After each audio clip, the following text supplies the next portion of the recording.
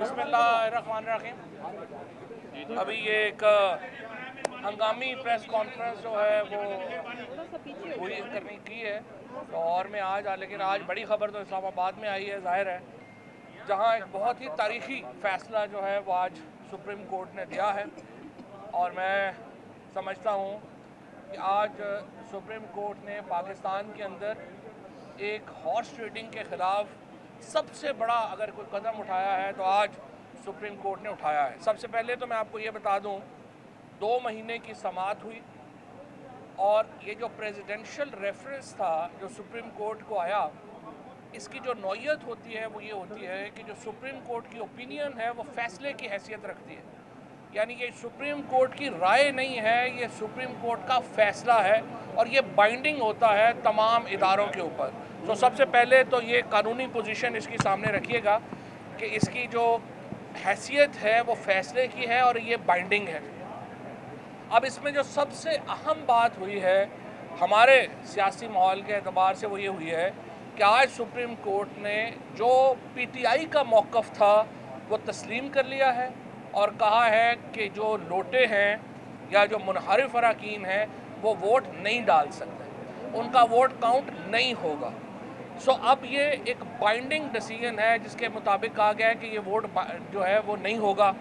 दूसरा फैसला ज़ाहिर है ये किया गया है कि नाअहली की सूरत में ये ताहयात नाअहल होंगे और इसको आइसोलेशन में, यानी आर्टिकल 63A को 62 के साथ पढ़ना होगा, अलग-अलग नहीं पढ़ना, साथ पढ़ना है। लिहाजा ताहयात नाअहली जो है वो भी इन लोगों के ऊपर आ गई। अब इसका इफ़ेक्ट क्या हुआ? अब इसका इफ़ेक्ट ये है कि आज वफाकी हुकूमत में शहबाज शरीफ साहब, हमारे क्राइम मिनिस्टर, और सूबाई हुकूमत में हमज़ा शरीफ दोनों आज अपनी अक्सरियत खो चुके हैं और दोनों हुकूमतें अमली तौर के ऊपर आज ख़त्म हो गई हैं। अब वो कैसे? इस वक्त जो कौमी असम्बली की नंबर गेम है उसमें शहबाज शरीफ के पास 173 वोटें थी।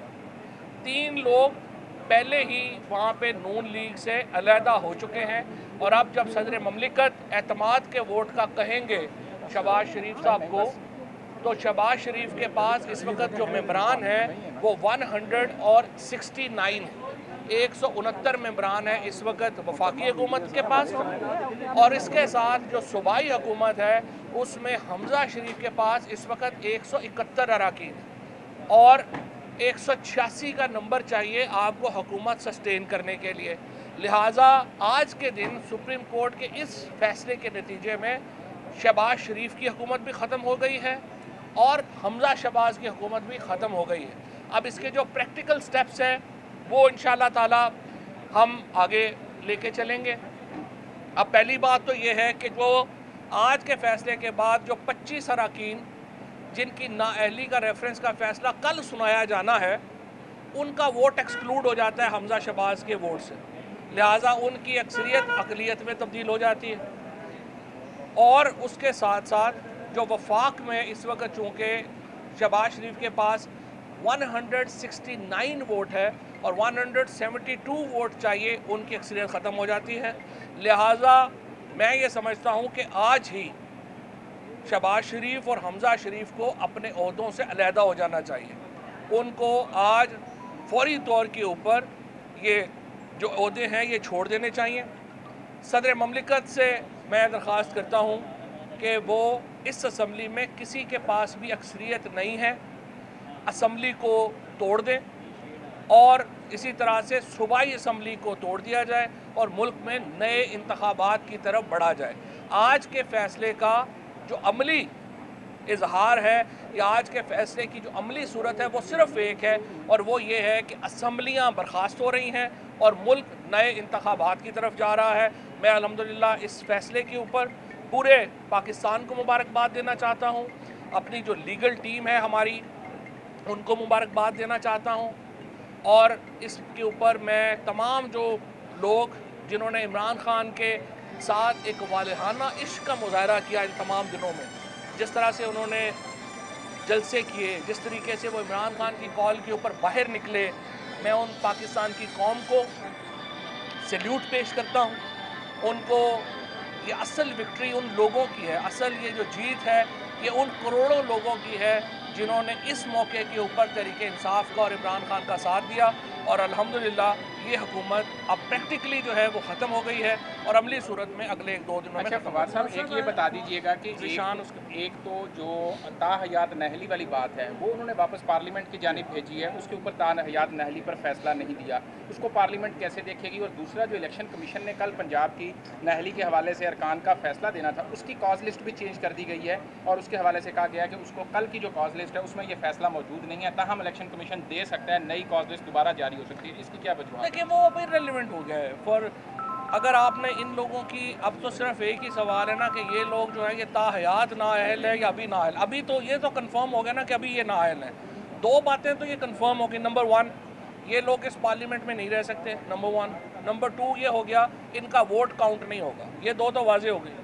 अब तीसरी बात कि पार्लियामेंट इनको ताहयात नाअहल करे या 10 साल करे या 5 साल करे, वो सुप्रीम कोर्ट ने पार्लियामेंट के ऊपर जो है वो फैसला छोड़ दिया है। लेकिन जो प्रैक्टिकल इसका अमली तौर के ऊपर जो सियासत पर असर है वो ये है कि ये हुकूमत ख़त्म हो रही है, ख़त्म हो गई है, और ये असम्बलियाँ जो हैं वो तहलील हो रही हैं। अच्छा, ये बताएं कि बड़ा मुतालबा आपके मुताबिक मंजूर हो गया है, क्या हकीकी आज़ादी मार्च की अभी को गुंजाइश रह गई है? अब देखिए अभी जो है ये कहते हैं ना कि देर हुई आने में तुमको शुक्र है फिर भी आए, तो यही फ़ैसला अगर पहले आ जाता तरीके एतमाद से पहले तो शायद बेहतर होता। आज जो डॉलर 200 रुपये पे चला गया है, पाकिस्तान की मईशत बैठ गई है, चीज़ें सारी हमारी मईशत की चोलें इन्होंने 1.5 महीने में, 1 महीने में जिस तरीके से पाकिस्तान की मईशत को इन्होंने इतना नुकसान पहुंचाया, पाकिस्तान की मईशत की इन्होंने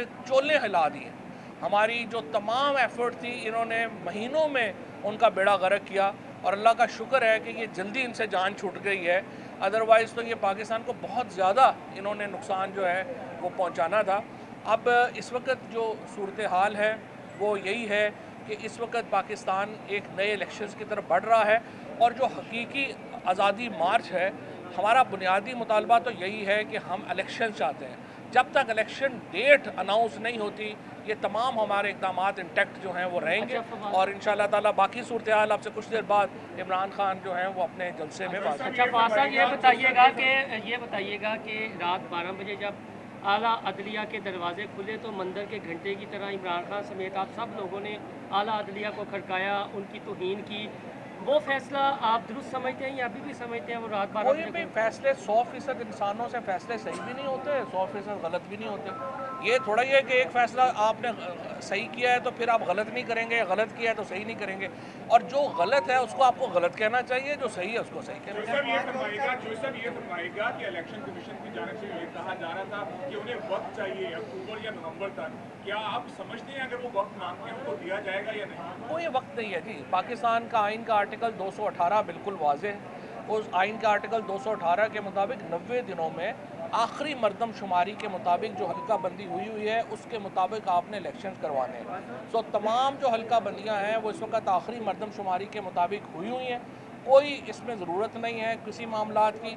और जो इस्लाहात भी चाहिए, सुप्रीम कोर्ट ने अपने उसमें भी कहा था कि आप हमारे पास ले आएँ, हम वो कर देंगे, और प्रेसिडेंशियल रेफरेंस से भी आ सकती हैं। सो वो प्रॉब्लम नहीं है। बताएं कि जो इंतखाबात होंगे इस सिनेरियो में बगैर इस्लाहात के, उनका जो रिजल्ट आएगा तहरीक इंसाफ को कबूल होगा कि या फिर एहतजाज ही किया? हम सिर्फ समझते हैं कि इलेक्शन कमीशन की तब्दीली होनी चाहिए, इलेक्शन कमिश्नर और की तब्दीली होनी चाहिए। बाकी को बड़ी इस्लाहात की इस वक्त नहीं ज़रूरत, और जो भी इस्लाहात करनी है पॉलिटिकल पार्टीज बैठ के ऑर्डिनेंस की सूरत में कर सकती हैं। मौजूदा हालात में केयर टेकर सेटअप कैसे बनेगा?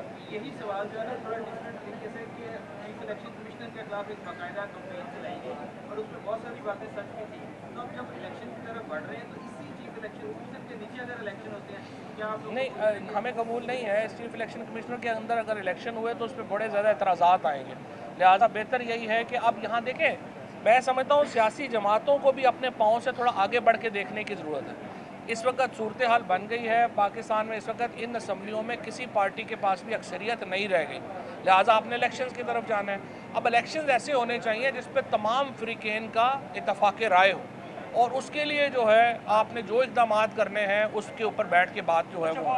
कौमी असम्बली में 25 अरकान जो आपके थे उन्होंने वोट कास्ट नहीं किए, 3 आपने वोट कास्ट नहीं किए, 3 लीग के 169 रह जाते हैं। अगर आइन में क्या कोई ऐसी चीज़ें मौजूद हैं कि अगर मेजॉरिटी जिसके पास हो वो ही पीएम रह सकता है और आपके वो 25 अरकान आपके किसी नुमाइंदे को पीएम के लिए वोट कास्ट नहीं करते तो?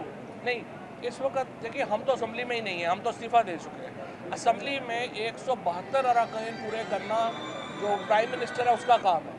प्राइम मिनिस्टर के पास 172 बंदा इस वक्त नहीं है, और जब 172 बंदा उसके पास नहीं है तो वो हुकूमत कंटिन्यू नहीं है। फवाद साहब, ये जो आपने ख्वाहिश का इजहार किया है कि सदर मुमलिकत कौमी असेंबली तहलील कर दे, तो आर्टिकल 58 को भी का इख्तियार तो सदर के पास नहीं है, तो ये कौन सी लीगल? नहीं, आर्टिकल 58 में ही है सदर के पास कि जब वो देखते हैं कि असेंबली में किसी के पास अक्सरियत नहीं है तो आर्टिकल 58 के तहत सदर असेंबली तोड़ सकते हैं। अच्छा ख्वाजा साहब, पंजाब में आप समझते हैं कि अगर 25 ये वोट माइनस होते हैं तो उसके बाद परवेज़ इलाही या पीटीआई के जो कैंडिडेट हैं वो यहाँ पर हुकूमत साजी की तरफ जाएंगे या अल्टीमेटली इलेक्शंस ही आपका? देखिए मेरा ख्याल है फौरन इलेक्शंस की तरफ जाना चाहिए। मुल्क जो है ना अब मुतहम्मिल नहीं हो सकता और इस तरह की गेमों का। अब आप लोगों ने, आप लोग जो है, सिर्फ एक मैं मुकम्मल करूँ, आप लोग पंजाब असेंबली को ज़्यादा बेहतर कवर करते रहे हैं, आपके पास एग्जैक्ट नंबर आपके पास ज़्यादा है। आप लोग देख सकते हैं कि असेंबली में इस वक्त जो नंबर है वो 171 और 176 के दरमियान, 186 नंबर चाहिए आपको हुकूमत साजी के लिए। अब इसके बाद जो है वो चूँकि गवर्नर का नहीं है तो ये प्रोरेगेटिव भी आप सदर ही के पास है कि वो प्रोविंशियल असेंबली को जो है वो ये जो रन ऑफ इलेक्शन की बात हो रही है कि 186 पूरे नहीं होते तो हाउस के अंदर मौजूद अक्सरियती पार्टी जो है उसका चीफ मिनिस्टर या प्राइम मिनिस्टर आ सकता है। क्या ये ऑप्शन इस्तेमाल होगी? देखिए ये मरकज और सूबे दोनों जगहों पे ये सिर्फ सूबे के लिए है, लेकिन देखिए ये हो नहीं सकता। इस वक्त जो पाकिस्तान के हालात हैं उनमें इस तरह की जो एक आप एडवेंचर करना चाहें तो एक अलहदा बात है, अदरवाइज आपको इलेक्शंस में जाना चाहिए। इलेक्शंस के अलावा और कोई साहब ये है, इमरान खान साहब ने जो अपना वीडियो मैसेज रिकॉर्ड करवाया सियालकोट जलसे में जो जिक्र किया था उसकी प्रोडक्शन आपने की है या उस मैसेज में नहीं बैठी हुई? नहीं, और कौन नाम है? मैं नहीं। अच्छा, जो परवेज़ इलाही की नवाज़ी तहरीक इंसाफ की जानब से वज़ीर आला की, वो आप समझते हैं गलत फैसला था? और आप ऐड कर रहे हैं परवेज़ इलाही के लिए तो आप मायूस कम बात कर रहे हैं। इलेक्शन में एलेबोरेट कर लें कि हमजा जो है उसको वोट जब नहीं पड़े तो वो उसके फैसलों की क्या हैसियत है, जो हुकूमत ने गवर्नर को फारिग किया था चीमा को, तो क्या इस वक्त गवर्नर कौन है और उनके जो हटाने का फैसला? देखिए गवर्नर तो उमर चीमा है, इसीलिए आप देखें कि उस वक्त जो सिचुएशन है इस वक्त वो बड़ी पंजाब में इन्होंने बेड़ा गर्क कर दिया है। इतने दिनों से पंजाब पाकिस्तान के सबसे बड़े सूबे में जो है वो गवर्नमेंट नहीं है। इस वक्त पाकिस्तान के सबसे बड़ा सूबा जो है वो गवर्नर लेस है। आपका जो पानी है वो शॉर्ट हो गया है, आपकी खरीफ की फसलें तबाह हो रही हैं, गंदम की प्रोक्योरमेंट नहीं हो पा रही। इन्होंने तमाम जो इस वक्त गवर्नेंस के अशारिये थे वो तबाह हो गए हैं। सो पाकिस्तान में ये जो मैं समझता हूँ आज सुप्रीम कोर्ट ने वो सोल्यूशन दिया है जो अगर उस दिन जनवरी को रूलिंग के वक्त भी दे देते तो मेरा ख्याल है बहुत अच्छा होता, लेकिन 12 देर आए दुरुस्त आए। सुप्रीम कोर्ट ने ये जो सोल्यूशन अब ये जो आज फैसला किया है उसमें उन्होंने कह दिया है कि ये वोट काउंट नहीं हो सकते। जब वोट काउंट नहीं हो सकते तो वाहिद हाल ये है कि असम्बलियाँ बर्खास्त करके नए इलेक्शन कराएं। आप एक लॉयर हैं, नो कॉन्फिडेंस ने मुल्क की पूरी सियासत को घुमाया। आप समझते हैं कि अगली दफ़ा जब पार्लिमानी निज़ाम में आप लोग मेजॉरिटी लेते हैं या कोई और लेता है तो इसके लिए इसको बाकायदा तौर पर लाइन से ही कर लेते हैं इसके साथ